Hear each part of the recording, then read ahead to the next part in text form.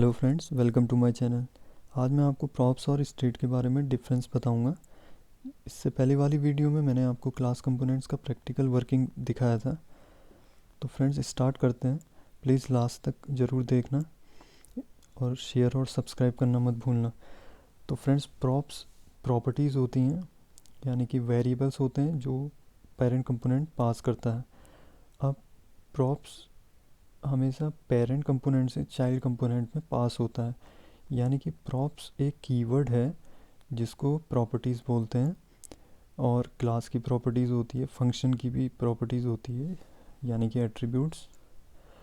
और प्रॉप्स के ज़रिए हम डेटा पास करते हैं पेरेंट से चाइल्ड कंपोनेंट में, हमेशा टॉप टू बॉटम फ्लो होता है।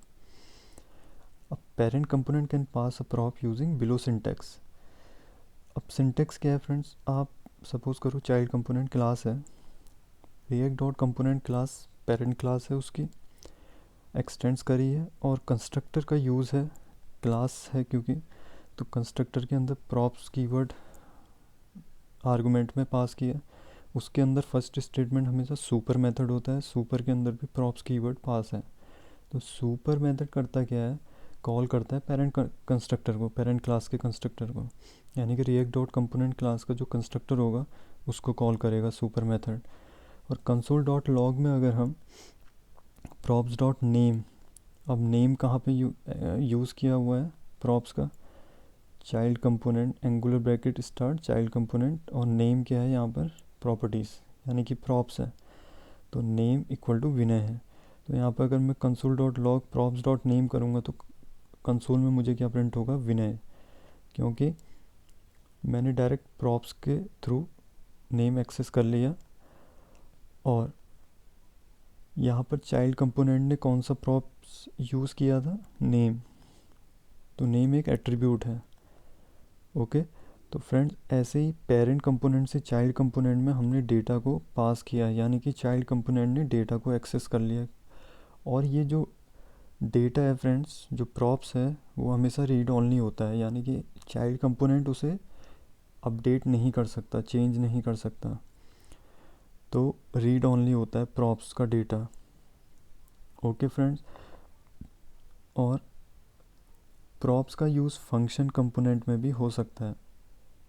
आप जब फंक्शन बना रहे हो तो फंक्शन के अंदर भी आप प्रॉप्स का यूज़ कर सकते हैं, बट वहाँ पर दिस कीवर्ड का यूज़ नहीं होगा, क्योंकि दिस कीवर्ड हमेशा करंट क्लास का इंस्टेंस होल्ड करती है, यानी कि जो आपका क्लास है उस पूरे क्लास का ऑब्जेक्ट दिस कीवर्ड स्टोर करता है।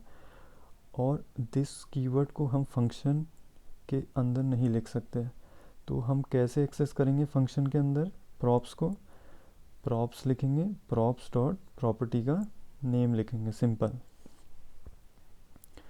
और यहाँ पर हम क्या कर सकते हैं? यहाँ पर हम this dot props dot name भी कर सकते हैं। ओके फ्रेंड्स, तो friends, props are also used to allow child components to access methods defined in the parent component। parent component में जो आपने मेथड्स डिफ़ाइन किए हैं या प्रॉपर्टीज़ या प्रॉप्स डिफ़ाइन किए हैं, उनको हम कहाँ यूज़ करते हैं?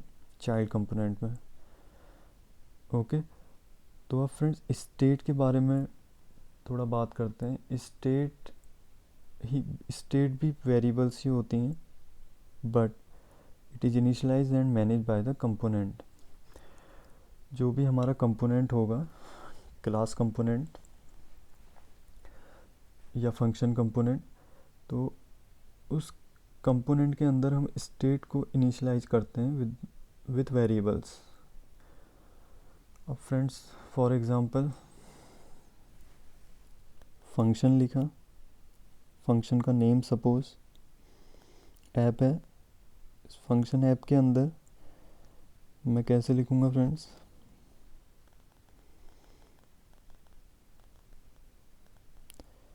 फ्रेंड्स, यहाँ पर मैंने फंक्शन के अंदर दिस डॉट स्टेट किया हुआ है, जो कि गलत है। तो फंक्शन के अंदर दिस कीवर्ड का यूज़ नहीं करते हैं। क्लास हम क्लास डिक्लेयर करते हैं, क्लास ऐप सपोज करो एक्सटेंड्स रिएक्ट डॉट कंपोनेंट।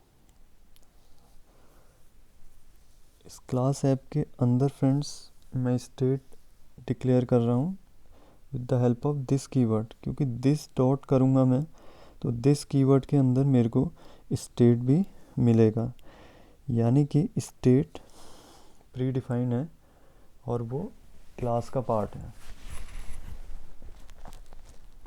तो स्टेट मेरे को दिस कीवर्ड के अंदर मिल जाएगा। दिस डॉट स्टेट के अंदर फ्रेंड्स कर्ली ब्रेस के अंदर मैंने नेम जो कि वेरिएबल है या कह सकते हो जो कि प्रॉपर्टीज़ है, नेम कोलोन विनय कर दिया हार्ड कोडेड में, और एज एक और वेरिएबल ले लिया, एज कोलोन 31 कर दिया। अब फ्रेंड्स वेरिएबल्स डिक्लेयर कर दिए स्टेट के अंदर तो वो क्लास की प्रॉपर्टीज़ है, वो क्लास का स्टेट है। ओके, यहाँ पर मैं प्रॉप्स का यूज़ नहीं कर रहा हूँ, यहाँ पर ये स्टेट है। जबकि प्रॉप्स में हम कैसे करते हैं, पेरेंट कंपोनेंट कोई प्रॉप्स डिफाइन करता है और चाइल्ड कंपोनेंट फिर उसे कंस्ट्रक्टर के अंदर प्रॉप्स लिख करके उसके अंदर कंस्ट्रक्टर के अंदर हम दिस डॉट प्रॉप्स डॉट करके प्रॉपर्टी का नेम एक्सेस कर लेते हैं। तो फ्रेंड्स यहाँ पर नहीं है। यहाँ पर फ्रेंड्स जब ये क्लास रिटर्न करेगा कोई रिएक्ट का एलिमेंट तो हेडिंग टैग सपोज करो h1 के अंदर मैं लिख रहा हूँ this dot state dot name और कर्ली ब्रेस के अंदर लिख रहा हूँ this dot state dot name, क्योंकि दिस डॉट स्टेट डॉट करूँगा तो मेरे को नेम भी मिल जाएगा और एज भी मिल जाएगा। तो मैंने एक्सेस कर लिया उसे रिटर्न फंक्शन के अंदर। और यहाँ पर अगर दिस इज़ स्टेट लिख रहा हूँ मैं तो ब्राउज़र में क्या रेंडर होगा, ब्राउज़र में मेरे को दिस इज स्टेट लिखा हुआ दिखेगा और विनय लिखा हुआ दिखेगा, क्योंकि this dot state dot name में मेरे को विनय मिल गया, यानी कि मैंने वेरिएबल को एक्सेस कर लिया स्टेट के थ्रू। तो फ्रेंड्स यही डिफरेंस है स्टेट और प्रॉप्स में। और प्रॉप्स हमेशा टॉप टू बॉटम पेरेंट से चाइल्ड कंपोनेंट में उसका फ्लो होता है, यानी कि